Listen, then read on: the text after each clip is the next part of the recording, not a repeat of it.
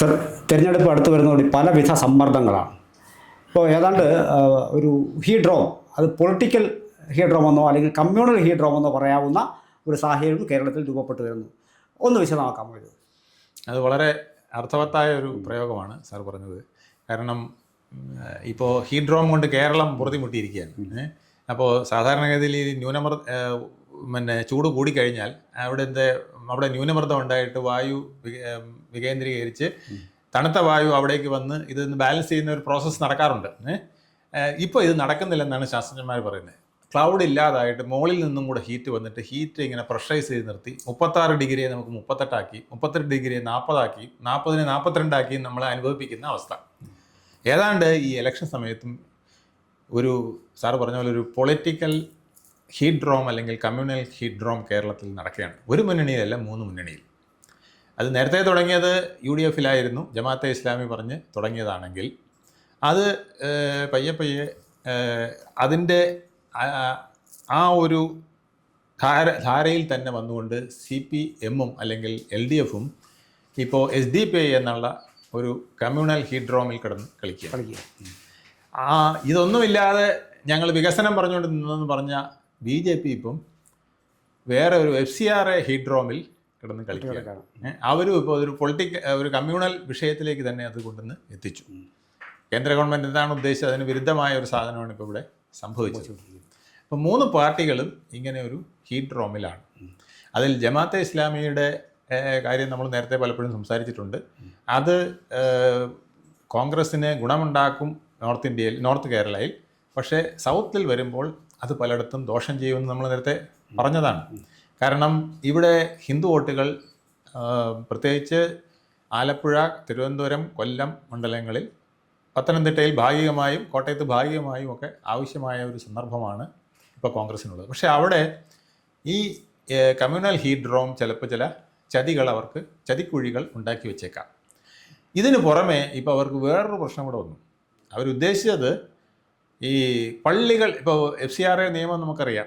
FCRA എന്തിനാണ് കൊണ്ടുവന്നത് നമുക്കറിയാം. ഇത് 1976-ൽ കോൺഗ്രസ് സർക്കാരുകൾ തന്നെ വളരെ പാടുപെട്ട് കൊണ്ടുവന്ന സംഗതിയാണ്. കാരണം വെച്ചാൽ ഇവിടെ ഫോറിൻ ഫണ്ടുകൾ ഇങ്ങനെ വന്നുകൊണ്ട് യാതൊരു നിയന്ത്രണവും ഇല്ലാതെ പോയി തോന്നിയ പോലെ ഇത് കൈകാര്യം ചെയ്ത് പല അവിഹിത ആക്ടിവിറ്റീസിനുമായിട്ട് ഇത് ഉപയോഗിക്കുകയായിരുന്നു. അടിയന്തരാവസ്ഥ കാലത്തും ഒക്കെ ഇത് അങ്ങനെയാണ് ഈ ഒരു FCRA നിയമം തന്നെ വരാനായിട്ട് കാരണം.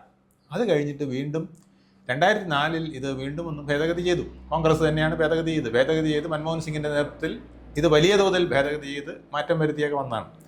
എന്നിട്ടും ഈ ഫണ്ട്, ഫോറിൻ കോൺട്രിബ്യൂഷൻ പല വിധത്തിൽ പല തട്ടിപ്പുകളായിട്ട് കൊണ്ടുപോവുകയാണ്. അപ്പോഴാണ് 2000-ൽ നരേന്ദ്രമോദി വീണ്ടും ഒരു FCRA കൊണ്ടുവന്നത്.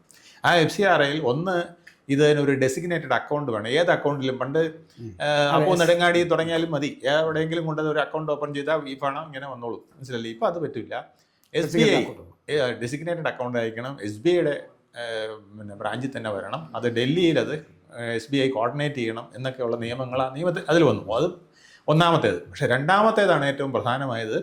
അതിൽ രണ്ടാമത്തേത് പറഞ്ഞിരിക്കുന്നത് എന്താണെന്ന് അറിയാം, ഈ ഫണ്ട് പൊളിറ്റിക്കൽ പാർട്ടികളിലേക്ക് കൈമാറുന്നില്ല എന്നും ജഡ്ജിമാരുടെ അടുത്തേക്ക് പോകുന്നില്ല എന്നും ഉന്നത ഉദ്യോഗസ്ഥരുടെ അടുത്തേക്ക് പോകുന്നില്ല എന്നും നമ്മുടെ പ്രധാനപ്പെട്ട ചാനലുകളുടെ ബ്രോഡ്കാസ്റ്റിംഗ് കമ്പനികൾക്ക് പോകുന്നില്ല എന്നുള്ളതും എൻഷുർ ചെയ്യാനും കൂടെ SBI ചുമതലപ്പെടുത്തി ആ നിയമം. അതായത് ഈ പണ്ട് തോന്നുന്ന പോലെ ആർക്ക് വേണോ വിഡ്രോ ചെയ്ത് പോകാറുണ്ടോ, ഇത് പറ്റാത്തൊരു സംഗതിയും കൂടെ വന്നു വിട്ടു. അപ്പോൾ ഇപ്പോൾ പലരും ചെയ്യുന്നത് എന്താ അറിയാമോ, ഇത് ഒരു സ്റ്റെപ്പ് 2 സ്റ്റെപ്പ് കൈമറിഞ്ഞിട്ട് ഡൈവേർട്ട് ചെയ്യും. അപ്പം അതിന് പിന്നെ എന്ത് ചെയ്യാൻ പറ്റുള്ളൂ, ഈ സാധനം കണ്ടെടുത്തേ പറ്റുള്ളൂ, കണ്ടുകെട്ടിയേ പറ്റുള്ളൂ. അങ്ങനെ പറഞ്ഞാലേ പിന്നെ ഒരു പേടിക്കുള്ളൂ. അതിനാണ് ഇപ്പം നിവൃത്തിയില്ലാതെ വന്നാൽ നമ്മളിത് കണ്ടുകെട്ടുകയും കൂടെ ചെയ്യുമെന്ന് പറഞ്ഞ് ഒരു നിയമം വന്നത്. അതായത് നമ്മൾ ഇപ്പം കണ്ടതാണ് അൽഫിലായി യൂണിവേഴ്സിറ്റിയിൽ നടന്ന സംഭവം, വൈറ്റ് കോളർ ടെററിസം. അപ്പം അതിൻ്റെ ഫണ്ട് യൂറിയയൊക്കെ ഉപയോഗിച്ചുകൊണ്ട് എങ്ങനെ വളമൊക്കെ വാങ്ങിച്ച് ബോംബ് എങ്ങനെ ഉണ്ടാക്കാമെന്നും 36 സ്ഥലത്ത് എങ്ങനെ സ്ഫോടനം നടത്താമെന്നും അതിന് വാഹനം എങ്ങനെ വാങ്ങിക്കാമെന്നും അതിന് പണം എവിടെ നിന്ന് കിട്ടണമെന്നും ഒക്കെ വന്ന് ഇതിൻ്റെ കണക്കുകൾ നോക്കിയപ്പം റോയ്ക്കും മറ്റും മനസ്സിലായി ഇത് പണം വരുന്നത് ഇതുപോലെ FCRA വഴിയാണ്. FCRA വഴി വരുന്ന ഫണ്ടാണ് പലപ്പോഴും ഇത്തരം കാര്യങ്ങൾക്കായി ഉപയോഗിക്കുന്നത്. അപ്പോൾ അതിന് ഒറ്റ മാർഗ്ഗമേ ഉള്ളൂ. ഇപ്പോൾ ആംബുലൻസ് ആണ് വാങ്ങിക്കുന്നത്, 36 ആംബുലൻസ് ആണ് വാങ്ങിക്കുന്നത്. ആ 36 ആംബുലൻസിനെയും കണ്ടു കിട്ടുക. മനസ്സിലായി. ഇങ്ങനെ കുറേ കാര്യങ്ങൾ ഇതിനകത്ത് വന്നു. അപ്പോൾ ഇവിടെ കോൺഗ്രസ്സുകാർ, അപ്പോൾ ഇത് വരണം, ഇത് ചർച്ചയാവണമെന്നാണ് ഈ ഇലക്ഷൻ സമയത്ത് ഈ ബില്ല് കൊണ്ടുവന്നതിൻ്റെ പിന്നിൽ BJPയുടെ ഉദ്ദേശം. പക്ഷേ അത് ഉദ്ദേശിക്കാത്ത ഫലം ഇവിടെ വന്നു. കോൺഗ്രസ്സുകാർ പറഞ്ഞു വരുത്തിയത് എന്താണ്, ഇത് പള്ളികൾ പിടിച്ചടക്കാനുള്ള ഒരു നിയമമാണ് എന്ന് പറഞ്ഞ് വലിയ തോതിൽ ഇതിനെ ബഹളം വെച്ചു. അപ്പോൾ തീർച്ചയായിട്ടും എന്ത് സംഭവിച്ചു, ക്രിസ്ത്യൻ മതമേലധ്യക്ഷന്മാരിളകി, ക്രിസ്ത്യൻ വോട്ടിളകി, എല്ലാം കൂടെ പ്രശ്നമായപ്പോൾ BJPയുടെ ഇവിടുത്തെ നേതാക്കൾക്ക് ഇത് എക്സ്പ്ലെയിൻ ചെയ്യാനൊന്നും മെനക്കെടാനൊന്നും പറ്റുന്നില്ല, സമയവുമില്ല, അവർക്ക് ഇതിനുള്ള പ്രാപ്തിയുമില്ല. അവരെന്ത് ചെയ്ത് വേഗം തന്നെ മോദിയെ കണ്ടിട്ട് ഇത് എങ്ങനെയെങ്കിലും സ്റ്റോപ്പ് ചെയ്ത് വെക്കണമെന്ന് പറഞ്ഞു താൽക്കാലികമായിട്ട് ഇതൊന്ന് ഭേദഗതി ബില്ല് ഇപ്പോൾ അവതരിപ്പിച്ച് കളയരുത് എന്ന് പറഞ്ഞ് കാല് പിടിച്ചു. അദ്ദേഹം അത് സമ്മതിച്ചു. ഇതിൽ ആർക്കാണോ ഇവർ വെടിവെക്കാൻ പോയത് അവർ ഒളിച്ചു നിന്നു. അവർ ഒളിച്ചു നിന്നിട്ട് ക്രിസ്ത്യൻ മതമേലധ്യക്ഷന്മാരെ ഇളക്കി വിട്ടു, ക്രിസ്ത്യൻ സഭയെ ഇളക്കി വിട്ടു കൊടുത്തു. എന്തിനാണ്? നിങ്ങൾ പറഞ്ഞു ഞങ്ങൾ മിണ്ടായിരിക്കാം, പൂട്ടിലാവാൻ പോണെന്ന് അവരാണ്, പക്ഷേ നിങ്ങളെ പിടിച്ചു കളയും, നിങ്ങളുടെ പള്ളിയെ പിടിച്ചു കളയും പറഞ്ഞുകൊണ്ട് ഇതൊന്നും യാതൊന്നും മനസ്സിലാക്കാൻ BJPയിലെ ഇവിടുത്തെ നേതാക്കൾക്കോ അല്ലെങ്കിൽ എക്സ്പ്ലെയിൻ ചെയ്യാനോ കഴിഞ്ഞിട്ടില്ല. അതുകൊണ്ട് അവർ ഓടിപ്പോയതിനെ പൊത്തി സ്റ്റോപ്പ് ചെയ്തു. ഇത് ഇതിനേക്കാൾ ദോഷമായി BJPക്ക് വരുള്ളൂ. തൽക്കാലത്തേക്ക് നിർത്തി വെച്ചിരിക്കുന്നത് ഇപ്പോൾ BJP പറയുന്നത്, കോൺഗ്രസ് പറയുന്നത് ഞങ്ങൾ ഇത് ഒരു കാരണവശാലും പള്ളി പിടിച്ചടക്കുന്ന ഈ കൊണ്ടുവരാൻ സമ്മതിക്കില്ല എന്നും പറഞ്ഞുകൊണ്ടാണ് അവർ നിൽക്കുന്നത്. അപ്പോൾ FCRA നിയമം BJPക്കും ഒരു വർഗീയ ഹീറ്റ് ഡ്രോം വരുത്തി കഴിഞ്ഞിരിക്കുന്നു. അപ്പോൾ അതൊരു പ്രശ്നമാണ്. ആ പ്രശ്നവും കൂടെ ഇവിടെ നിൽക്കുന്നു. അതിനു പുറമെ SDPIയുടെ വിഴിഞ്ഞത്തെ നമ്മുടെ നേമത്തെ സ്വാധീനം, അതുപോലെ തന്നെ കഴക്കൂട്ടത്തെ സ്ഥാപനം, മറ്റു പല BJP ജയിക്കാൻ സാധ്യതയുള്ള മണ്ഡലങ്ങളിലും അല്ലാത്തടത്തും LDFന് വേണ്ടിയിട്ടുള്ളൊരു സ്വാധീനം, അതും അവർക്കും പ്രശ്നമായിട്ടുണ്ട്. അപ്പോൾ ഇതൊരു പൊളിറ്റിക്കൽ ഒരു ഹീറ്റിന് പകരം ശരിക്കും പറഞ്ഞാൽ ഇപ്പോൾ ഇതൊരു കമ്മ്യൂണൽ ഹീറ്റ് ഡ്രോം വന്നിരിക്കുന്നു. അത് 3 പേർക്ക് ഒരുപോലെ വന്നിരിക്കുന്നു. 3 പേർക്ക് ഒരുപോലെ വന്നിരിക്കുന്നു. 3 പേർക്ക് എക്സ്പ്ലെയിൻ ചെയ്യാനും കഴിയുന്നില്ല. ഇലക്ഷനുമായി ബന്ധപ്പെട്ടാണ് 3 പേർക്കും ആപ്പാവുകയും ചെയ്യും.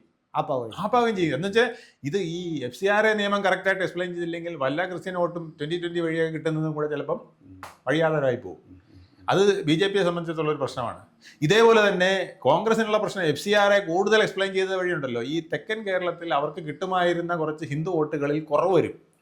നേമത്തടക്കം, ചിലപ്പോൾ കഴക്കൂട്ടമടക്കം അവർക്ക് തിരുവനന്തപുരത്തെയും കൊല്ലത്തെയും ആലപ്പുഴയിലെയും പല മണ്ഡലങ്ങളിലും അവർക്ക് ഹിന്ദു വോട്ടുകളിൽ കുറവ് വരും. കാരണം ഇവർ പള്ളിക്ക് വേണ്ടി പള്ളി പൊളിക്കുമെന്ന് പറഞ്ഞുകൊണ്ടൊരു നിയമം ഉണ്ടാക്കി കൊണ്ടിരുന്നു എന്നൊക്കെ പറഞ്ഞുകൊണ്ട് ആദ്യം പറഞ്ഞു ഇവർ പള്ളിക്ക് വേണ്ടി നിൽക്കുന്നവരും പിന്നെ ജമാഅത്തെ ഇസ്ലാമിക്ക് വേണ്ടി നിൽക്കുന്നവരുമാണെന്ന് പ്രചരിപ്പിക്കാനും അതിന് വേണ്ട പ്രവർത്തനങ്ങൾ നടത്താനും BJPക്കും സംഘപരിവാറുകൾക്കും ഒരു അവസരം ഉണ്ടാക്കി കൊടുത്തു. അവരതിപ്പോൾ വിനിയോഗിച്ചുകൊണ്ടിരിക്കുകയാണ്. മനസ്സിലായി. താഴെ തട്ടിൽ അവരത് ഭംഗിയായിട്ട് വിനിയോഗിക്കുകയാണ്. കണ്ടോ, ഞങ്ങളൊരു അന്തസ്സായിട്ടുള്ള ഒരു നിയമം കൊണ്ടുവന്നപ്പോൾ ഇവരത് പള്ളി പൊളിക്കാനെന്നും പറഞ്ഞുകൊണ്ട് പള്ളി പിടിച്ചടക്കാനെന്നും പറഞ്ഞുകൊണ്ട് വർഗീയത ഇളക്കി വിടുകയാണ്. ഇവൻ്റെയൊക്കെ ഉള്ളിൽ ക്രിസ്ത്യൻ വർഗീയതയും മുസ്ലിം വർഗീയതയാണ് ഉള്ളതെന്ന് പറഞ്ഞുകൊണ്ട് ഒരു ഫോഴ്സ് ചെലുത്താനായിട്ട് അവർക്കും ഒരു അവസരം കിട്ടി. ഇത് ഹിന്ദു വോട്ടുകൾ കുറയ്ക്കാൻ, കോൺഗ്രസിന് അത്യാവശ്യമായ ചില മണ്ഡലങ്ങളിൽ പോലും കുറയ്ക്കാൻ കാരണമാക്കുമെന്നുള്ളത് അവരെയും ഭീതിയിലാഴ്ത്തിയിട്ടുണ്ട്.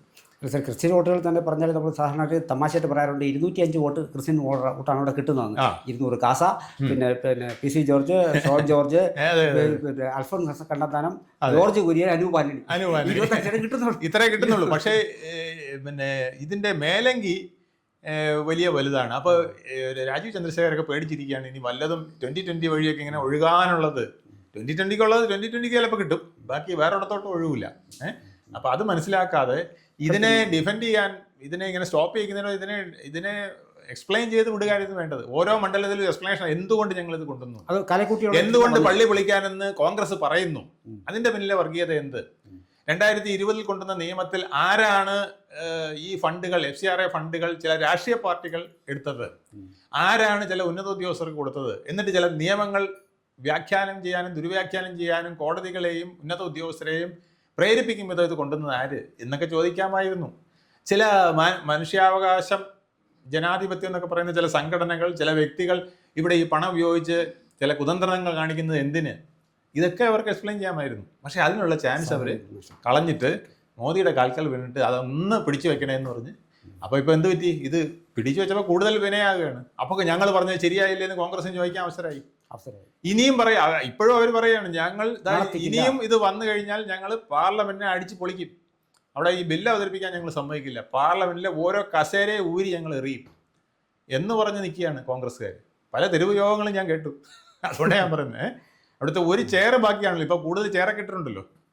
ഇനിയിപ്പം സെൻസസ് വന്നു കഴിഞ്ഞാൽ കൂടുതൽ എം പിമാരെ ഉണ്ടാക്കാൻ. ഒരൊറ്റ ചെയർ കാണില്ല, എല്ലാം ഞങ്ങൾ ഊരി എറിയുമെന്നാണ് പറഞ്ഞത്. പണ്ട് കേരള നിയമസഭ ചെയ്തതുപോലെ ഇടതിനും വലതും കൂടി അവിടെ അന്തരീക്ഷത്തിലൊരു വലിയ പിന്നെ ഹനുമാൻ ചാട്ടം നടത്തുമെന്നാണ് അവർ പറയുന്നത്. അതായത് പ്രതീക്ഷിക്കാത്തൊരു സംഭവമാണ് ഈ ഹീഡ്രോം പോലെ പൊളിറ്റിക്സിൽ വന്നിരിക്കുന്നത്. ഇത് കൈവിട്ട് പോയിരിക്കുകയാണ്. SDP വിഷയം LDFന് മൂടി വയ്ക്കാൻ കഴിയുന്നില്ല. ജമാഅത്തെ ഇസ്ലാമിയുടെയും ഇപ്പോൾ വന്നിരിക്കുന്ന FCRAയുടെ വിഷയവും അത് തങ്ങൾ വർഗീയമായിട്ടല്ല പറഞ്ഞത് എന്ന് പറയാനായിട്ട് കോൺഗ്രസ്സിന് കഴിയാതെ വന്നിരിക്കുന്നു.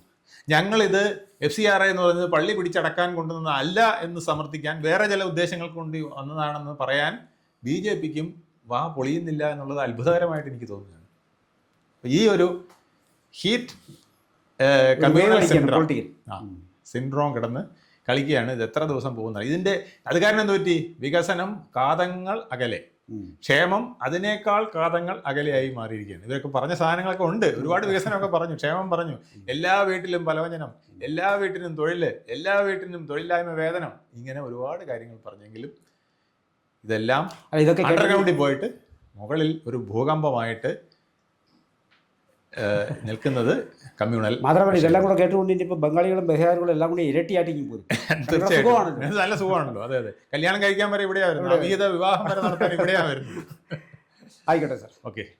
കൂടുതൽ വാർത്തകളും വിശേഷങ്ങളും നേരിട്ട് ലഭിക്കാൻ ജനങ്ങളിൽ നിന്ന് ജനങ്ങളിലേക്ക് ജനഭൂമി ന്യൂസ് സബ്സ്ക്രൈബ് ചെയ്യൂ. ബെൽ ബട്ടൺ അമർത്താനും മറക്കരുത്.